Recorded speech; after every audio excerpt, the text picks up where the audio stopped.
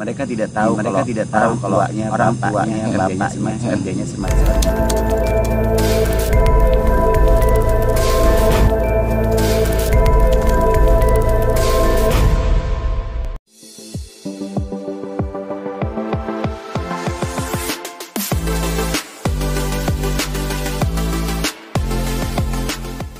Halo, assalamualaikum warahmatullahi wabarakatuh, teman-teman. Jumpa kembali di channel Kang Didin Goreng. Di sebelah saya sudah ada seorang perempuan yang sangat istimewa ya. Namanya siapa, Mbak? Mbak Lina ya. Ini Mbak Lina ini berprofesi sebagai waria. Oh ya, sebagai perempuan istimewa ya. Seorang waria yang mangkal di daerah sini, di salah satu kota di Provinsi Banten ya. Gimana kabarnya, Mbak Linda? Alhamdulillah sehat. Sehat ya. Malam ini jam berapa mulai mangkal? Aku barusan datang sekitar jam setengah 12. Jam setengah 12. Iya. Rencana sampai jam berapa? Kalau aku sendiri sih tergantung dapat uang. Oh gitu. Kan tujuan mangkal itu mencari uang saya. Untuk mencari uang. Iya. Kalau pulang maksudnya dapat uang berapa nih agar supaya bisa pulang? Kalau target aku sih cukup 100.000 aja aku pulang. 100.000 pulang. Iya, itu kalau aku. Ya. Oke, nih Mbak Lina ya. Sudah berapa lama sih menjalani profesi seperti ini nih? Kalau aku pribadi sih udah cukup lumayan lama. Cuman yang fokus untuk di dunia yang aku jalani ini, khususnya waria ini baru. Paling ya sekitar 2 tahun 3 tahun. Oh, kalau 2-3 tahun berarti sudah lumayan cukup lama juga ya. Kalau dulu juga pernah, artinya enggak setiap hari semacam ini. Nah, kalau aktivitas sehari-hari selain jadi waria, Mbak Lina ini ada nggak aktivitas lain? Untuk sementara ini nggak ada, makanya aku tiap hari mangkal. Enak nggak sih Mbak menjalani profesi seperti ini? Profesi semacam ini khususnya untuk diriku sendiri, pribadi aku sebenarnya nggak enak.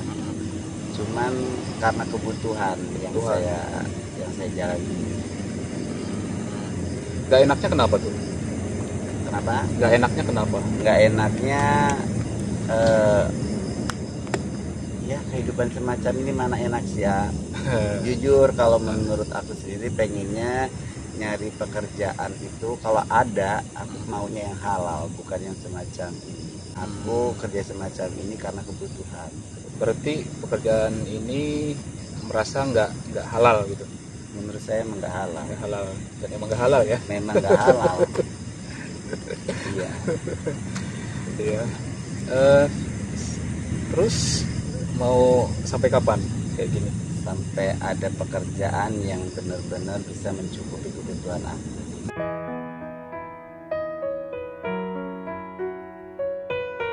Berusaha nggak nyari pekerjaan? Udah berusaha, cuman sampai sekarang belum dapat. Pekerjaan apa sih yang Mbak Lina pengenkan gitu?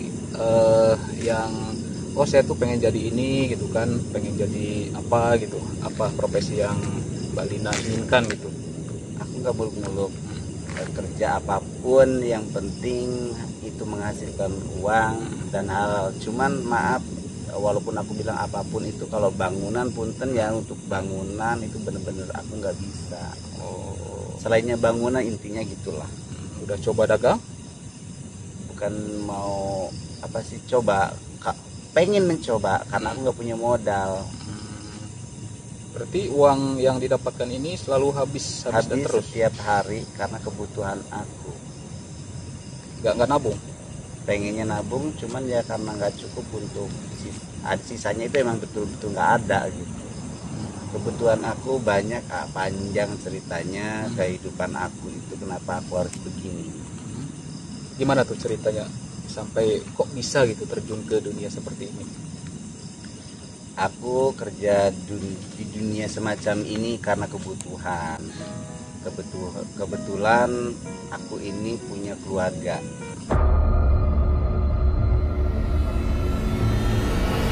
aku punya keluarga yang harus aku nafkain, aku punya anak,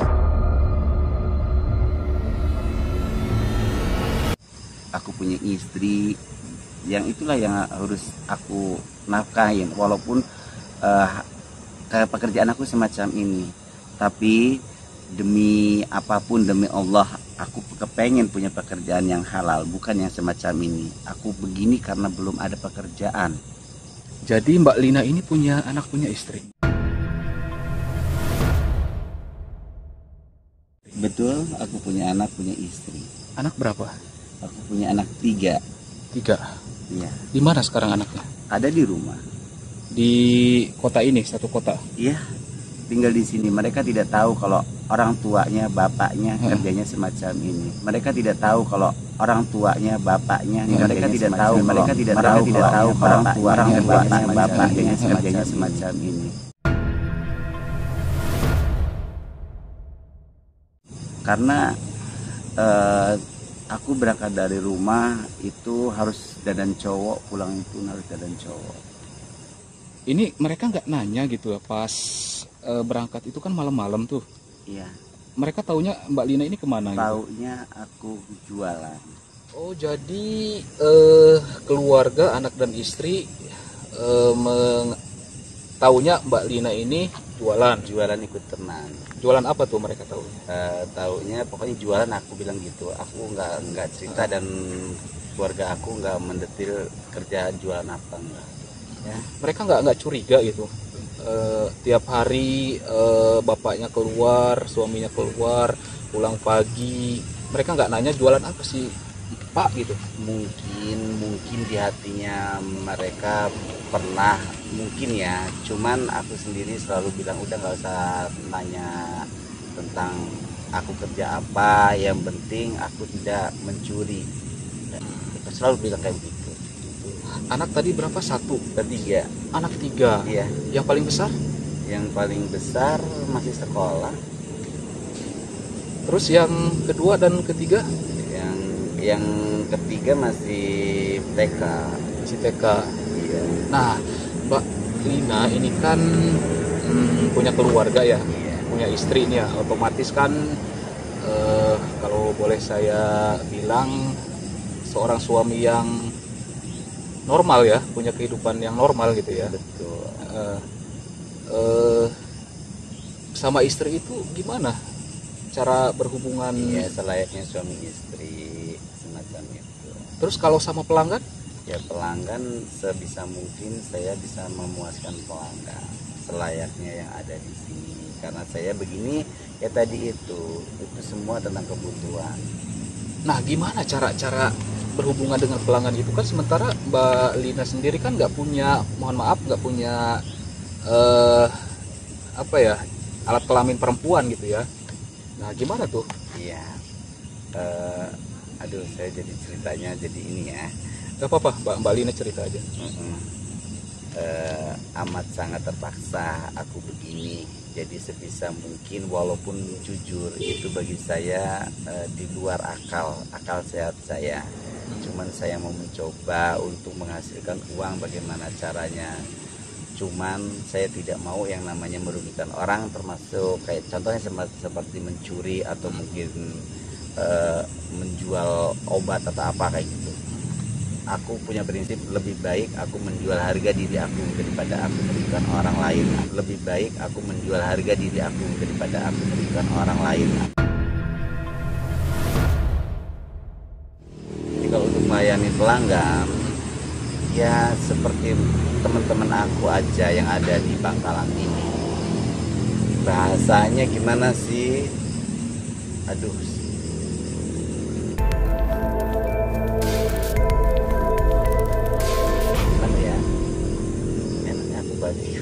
Nggak apa-apa, Mbak Lina cerita aja apa yang Mbak Lina mau omongkan gitu kan.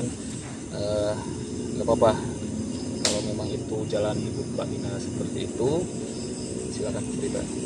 Ya paling kalau aku melayani pelanggan di sini, walaupun itu di hati aku jijik, tapi aku harus melakukan karena itu semuanya demi uang.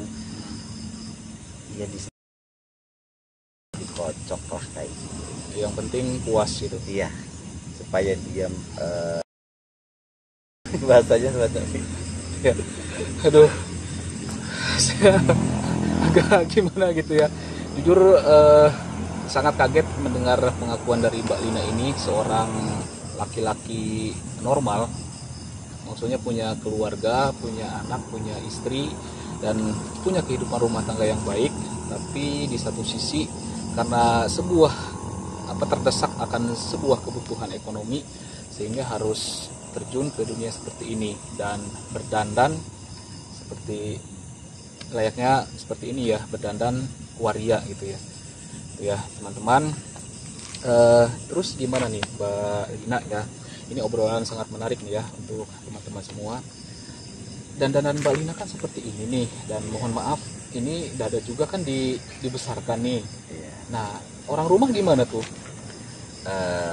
Ini mohon maaf ya, kalau untuk dada ini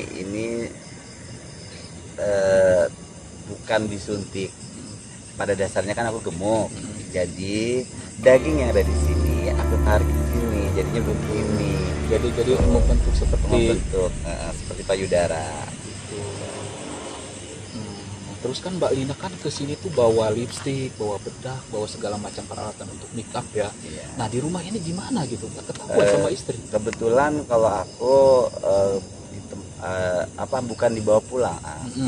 Jadi kalau aku mah tak taruh di temen aku. Oh, di teman. Iya. Teman sesama waria juga. Sesama apa kenal di sini lah, waria yang ada di sini. Kebetulan aku punya teman akrab yang tinggalnya di sekitar sini. Gitu. Jadi orang rumah tuh sama sekali nggak curiga, atau misalnya mereka ada sedikit curiga tapi nggak berani ngomong gitu, gimana? Ya paling ya semacam itu. Kalau saya sendiri nggak mungkin lah saya mau menceritakan kehidupan saya yang sebenarnya, pekerjaan orang tuanya semacam itu nggak mungkin. Makanya saya selalu bilangnya jualan ya jualan. Oh. Kalau anak-anak kan biasanya kepo nih pekerjaan bapaknya. Kalau keluar tuh kan suka bertanya, ayah mau kemana gitu kan. Terus jualan misalnya, jualan apa sih ya gitu kan. Seperti anak saya kan, saya mau keluar aja kan selalu nanya gitu kan, ayah kerja apa sih, padahal kan udah tahu gitu ya. Nah gimana nih kalau anak-anak Mbak Lina nanyanya gimana gitu, dan untuk mengelabui atau menutupi dari mereka tuh gimana gitu? Ya selalu saya bilang jualan apa, atau sebisa mungkin ya jualan mainan atau jualan apa semacam itu. Selalu pokoknya aku selalu membohongi anak aku gitu. Dan juga membohongi diri sendiri. Membohongi diri sendiri juga. Nah Mbak Lina, di sini kan tempat yang sudah terkenal ya sama orang-orang luar sebagai tempat lokalisasi ya boleh dibilang, atau mungkin tempat khusus mangkalnya para waria gitu ya. Di sini ada berapa orang yang Mbak Lina kenal, yang Mbak Lina tahu? Kalau yang aktif itu ya kurang lebih ya sekitar 20 orangan ada. 20 orang. Iya. Dan itu dari daerah mana aja nih kalau boleh tahu? Banyak banget. Ada yang macam-macam sih ya. Ada orang yang dari Jawa tapi ngontrak di sini. Ada orang Pantai Gelang, orang Rangkas, bahkan Lampu Buminya ada. Oh itu. Dari luar Jawa ada? Dari luar Jawa ada, kayak seperti Pulau Sumatera, kayak gitu, orang Palembang, orang Lampung ada. Nah Mbak Lina, biasanya para pelanggan yang pakai jasa Mbak Lina dan teman-teman ini dari golongan mana saja gitu? Kayaknya kalau masalah pertanyaan semacam itu hampir semua golongan. Cuman kan saya nggak tahu mereka itu siapa-siapanya. Bahasanya begini, dari yang jalan kaki, naik motor, sampai yang bermobil ada ya? Iya.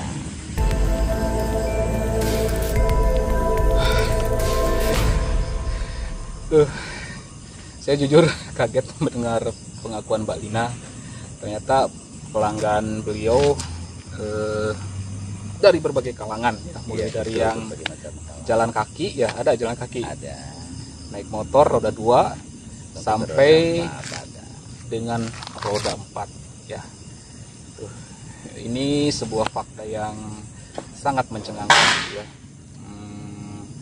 Terserah Anda bagaimana menyikapinya gitu ya. Dan terus ini Mbak Lina, tarifnya berapa sih? Kalau tarif itu relatif. Nah, jadi apabila kalau saya sendiri membuka tarif itu 200 ya, cuman mahal kan, juga ya.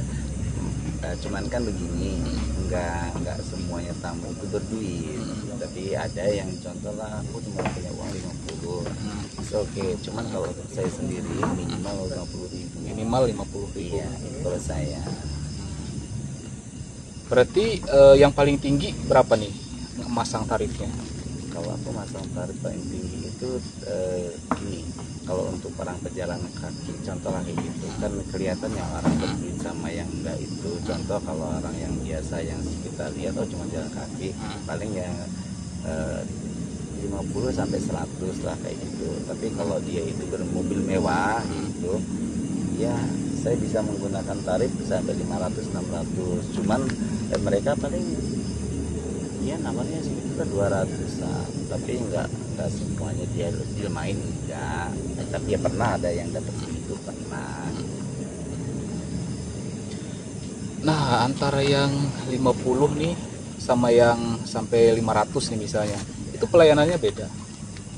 Beda. Kalau yang 500 itu pelayanannya itu yang jelas nggak di tempat pangkalan semacam itu, kadangnya di losmen, kalau nggak di hotel semacam itu. Kalau yang cuma 100 atau 50.000 itu paling di sini, mainnya pun di sini, artinya di pangkalnya remang-remang Di lah. semak-semak. Ya di semak-semak. Itu nggak risih apa gimana gitu kan, di tempat terbuka seperti ini bisa kelihatan sama orang lain, bisa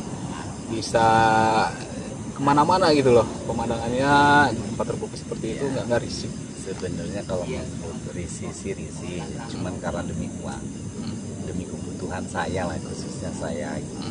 Jadi ya selama tamunya masih mau ya is okay.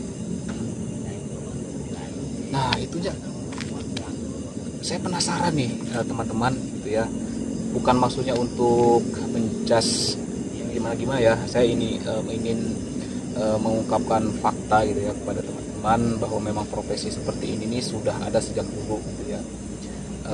Nah, cara berhubungannya itu gimana sih? Berhubungannya selayaknya suami istri, selayaknya lelaki dan perempuan, selayaknya semacam itu.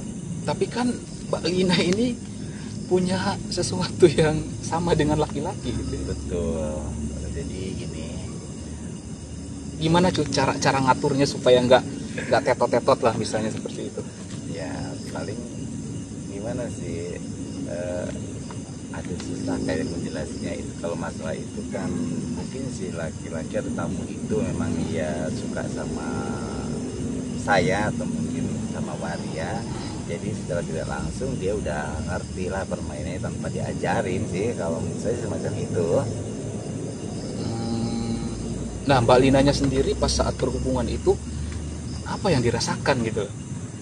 Ya kalau untuk khususnya diriku pribadi untuk merasakan semacam itu sebenarnya ya biasa saja, hampa lah kalau menurut saya mah. Karena saya kan tadi itu ya saya sebenarnya lagi normal yang tidak semacam ini. Dan kenapa saya terjun semacam ini ya karena ekonomi itu yang pertama, makanya saya semacam itu. Kalau untuk ditanya apa rasanya, ya rasanya menurut saya ya hambar, nggak ada nafsu ke itu. Jadi nggak menikmati gitu ya? Iya, itu kalau saya nikmatnya itu pas dapat uang berarti ya? nikmatnya pas dapat uang. Sebenarnya orientasinya ini lebih condong kemana nih, ke perempuan apa ke laki-laki gitu? Ya kalau saya mah condongnya pribadi saya ke perempuan, tidak ke laki-laki. Karena saya untuk ekonomi ini, saya begini karena untuk ekonomi. karena keuangan kalau saya. Berarti kalau misalnya suatu saat Mbak Lina ini sudah ada pekerjaan yang bagus, penghasilan yang lumayan, yang mencukupi, berarti profesi ini Pasti saya tinggalin. tinggalkan. Iya, pasti saya tinggalkan. Saya nggak mau semacam ini. Saya begini karena ya tadi itu karena ekonomi. Kalau misalnya kita lagi berandai-andai nih ya, ya namanya hidup kan kita nggak tahu nih kedepannya seperti apa gitu.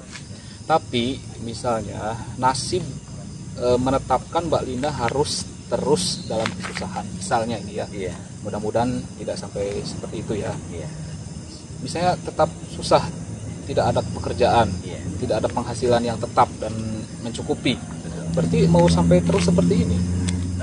Kalau angan-angan saya bisa supaya saya menyekolahkan anak sampai selesai minimal SMA aja. Kalau mereka sudah selesai sekolah, saya berjanji pada diri saya sendiri saya nggak akan hidup semacam ini dan mencari nafkah semacam ini.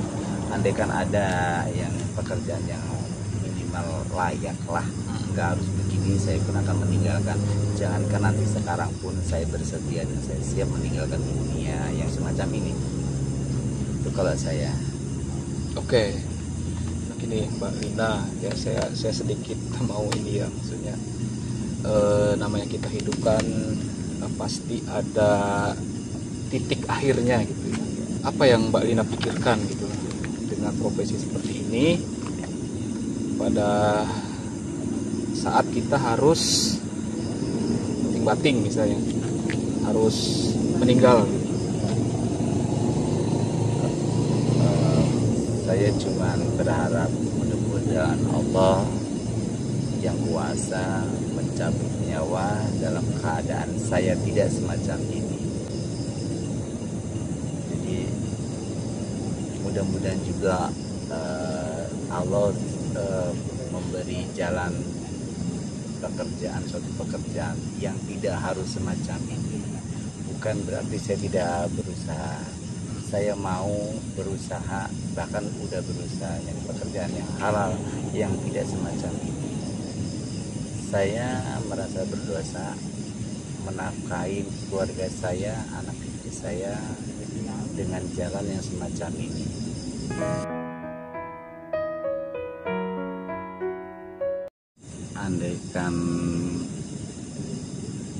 Andaikan saya meninggal contoh ya, saya kepengen dan saya maunya jangan saya meninggal dalam keadaan saya semacam ini.